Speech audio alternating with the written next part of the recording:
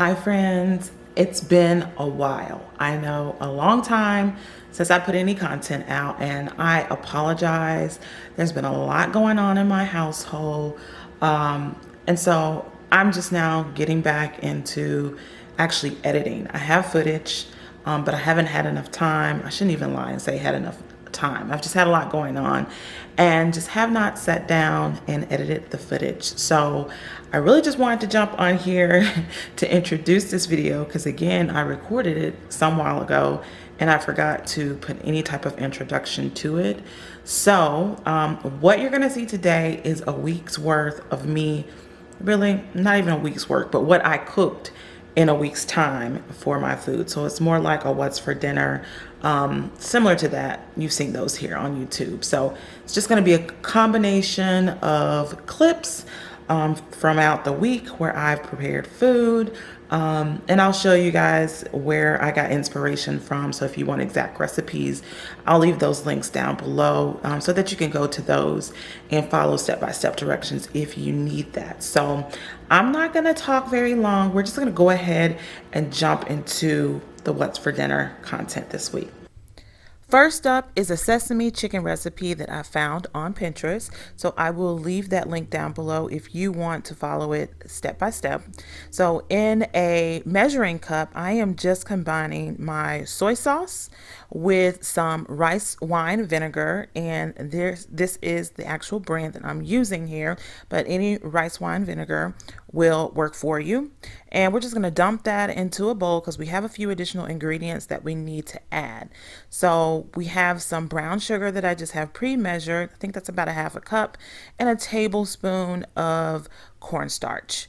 And we need to add a little bit of water, and we also need to add some sesame oil. So here I'm adding a couple of teaspoons of the sesame oil. Now we just need to add a few sesame seeds. It's not a full teaspoon, but I couldn't find my exact measuring teaspoon for the amount that I needed to add. So I just kind of eyeballed it. And now we're just going to give it a really good swirl around just to combine all those ingredients very well. And then we're just going to actually set that off to the side and start working on our batter. Now this is going to be not a traditional batter, but a wet batter. And this is something that's very common in Asian cuisine, however, not very common in my kitchen. Hence, this is why I'm following a recipe to the point, to be exact, I should say. And so here we just have some flour and some cornstarch. We're adding just egg whites. And we also are going to add some club soda, or if you don't have club soda, I had some Kirkland sparkling waters. I just took the lime flavored and used a cup of it in place of the club soda, and you cannot taste the lime flavoring. So there's just a little hack there for you. Use what you have. There's no point of buying a whole bottle of club soda and you're not ever going to use it again. So now you just want to kind of combine it. Now I will tell you it was not the easiest to kind of stir up, but just work with it a little bit. It's the cornstarch that is kind of a little stubborn, for a lack of better words, but you just want to combine it until it's completely smooth. So don't worry about overworking this batter. Just do it until there's no lumps. And then you want to take your chicken that you've cut up into chunks and then just place it in. Now I have, again, 7 people in my household that I'm feeding when I cook, so I had a lot of chicken in here. Otherwise I would have just dumped it all, but I didn't want to make a mess, so I kind of just put half of it in with the tongs and then went in and dumped the rest. Now take your time here and really just make sure that all your chicken is coated. So take your time, let it sit for a minute, even if you need to, while your grease is coming up to temperature. Mine is anywhere between 350 and 375. So I'm having to fry this up in batches. And obviously I did not show all of these batches because I had a lot of chicken. But here I am just putting part of my chicken pieces in, and I'm taking my time to really make sure that I spread it out so that they don't lump together like automatically. They will lump, but you don't want to overcrowd the grease, again, overcrowd the pan, because you do want them to fry up to a golden crisp and you don't want the heat of the grease to actually drop in temperature. So just keep playing with it. This is a little different than regular traditional batter. It's not going to be completely like that golden crust, but I just touched it as I was, checking it to make sure it was like a firm crisp and not like white and soggy. I don't know if that makes any sense, but yeah, use your fingers. You won't burn yourself. Just touch it. You just want to make sure it's firm and crunchy.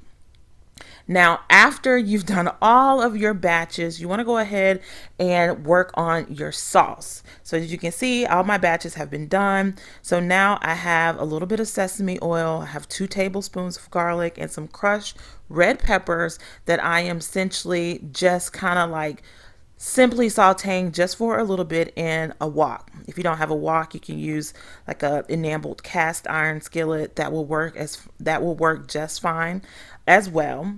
So now I've just let this cook for a minute, and now I'm going to re-stir up my liquid that I made initially, and then I'm going to pour it into the wok. Now the recipe says that you just pour in the actual sauce here, and then you just pour in your chicken, but here's a little tip. It's not going to be thick enough initially, so let it cook until you see it bubbling up like this. This means it is actually thick enough to coat the chicken. Now, once it gets to this point, depending on how much chicken you have, you can either pour all the chicken in at one time, or you can do what I'm doing here, which is taking my time and putting handfuls in initially before I just go ahead and dump it all, because I did not want to lose all my hard work fried chicken up on the ground for the dog to come up and be happy to get it. So that's what I've done here. I'm just taking my time to add in, and also add all those little crisp pieces that don't have chicken, just to like the tempura batter. Now you just want to simply take your time and fold that sauce into, or fold the chicken into the sauce. Now it took me a little bit of time because again I have a lot of chicken, but it shouldn't take you this long if you're feeding, I would say, a family of 4 or 5. Now I'm gonna go ahead and turn off the oven. I'm sorry, turn off the stove top, because really everything is done. I'm just taking my time to make sure that everything is fully coated, or all of the sauce is fully coated with this chicken.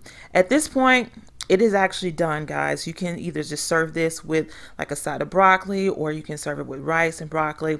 We served ours with rice and broccoli. So that's one day's dinner.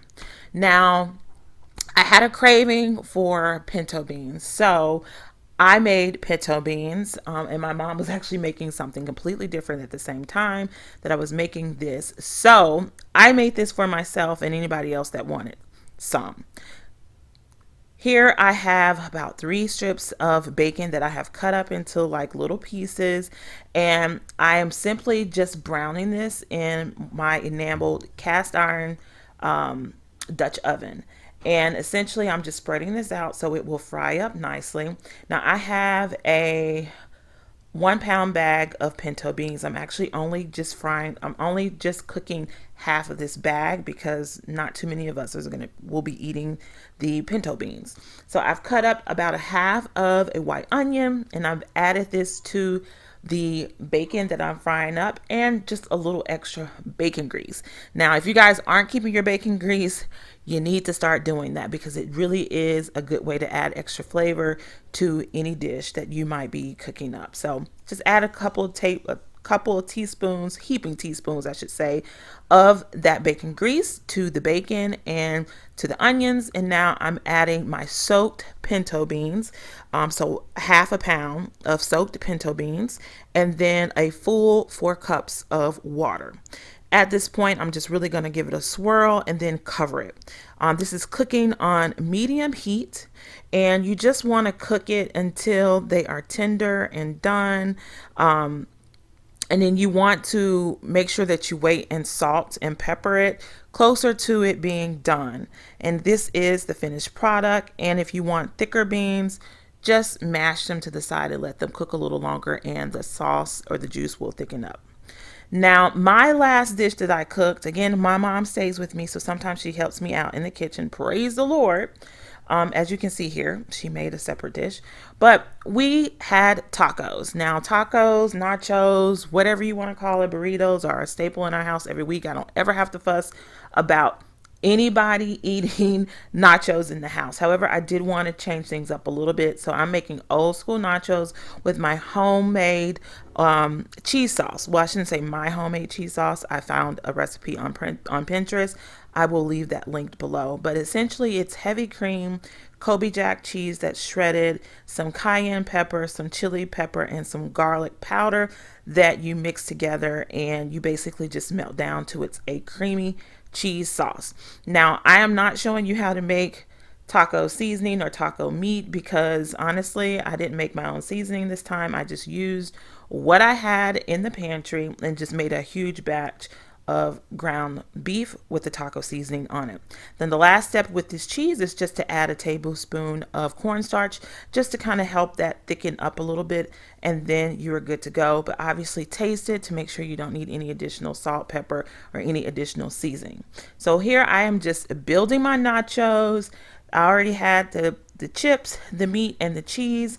And so now I'm just adding some shredded lettuce, some chopped tomatoes, some already pre-diced black olives, some jalapenos, some guacamole, and some sour cream, guys. These nachos were the bomb.com, and definitely you should try them out for your family. No one will complain.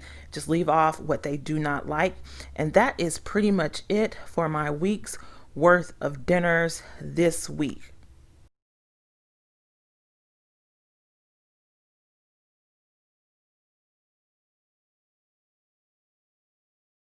So I hope that gives you some inspiration for meals to prepare while you have a little extra time. Some of them aren't 30-minute meals, but they're still pretty simple and easy to put together. But definitely give them a try. Let me know how they turned out. Also, if there's anything that you guys would actually like to see me cook, more like dinner ideas or cooking with granny inspired ideas, definitely leave a comment down below. I'll try my best to get to that. And yeah, definitely don't forget to like, subscribe, and share. Follow me over on my Instagram at Shay's Country Kitchen. And until the next time, I'll see you guys soon. Bye bye.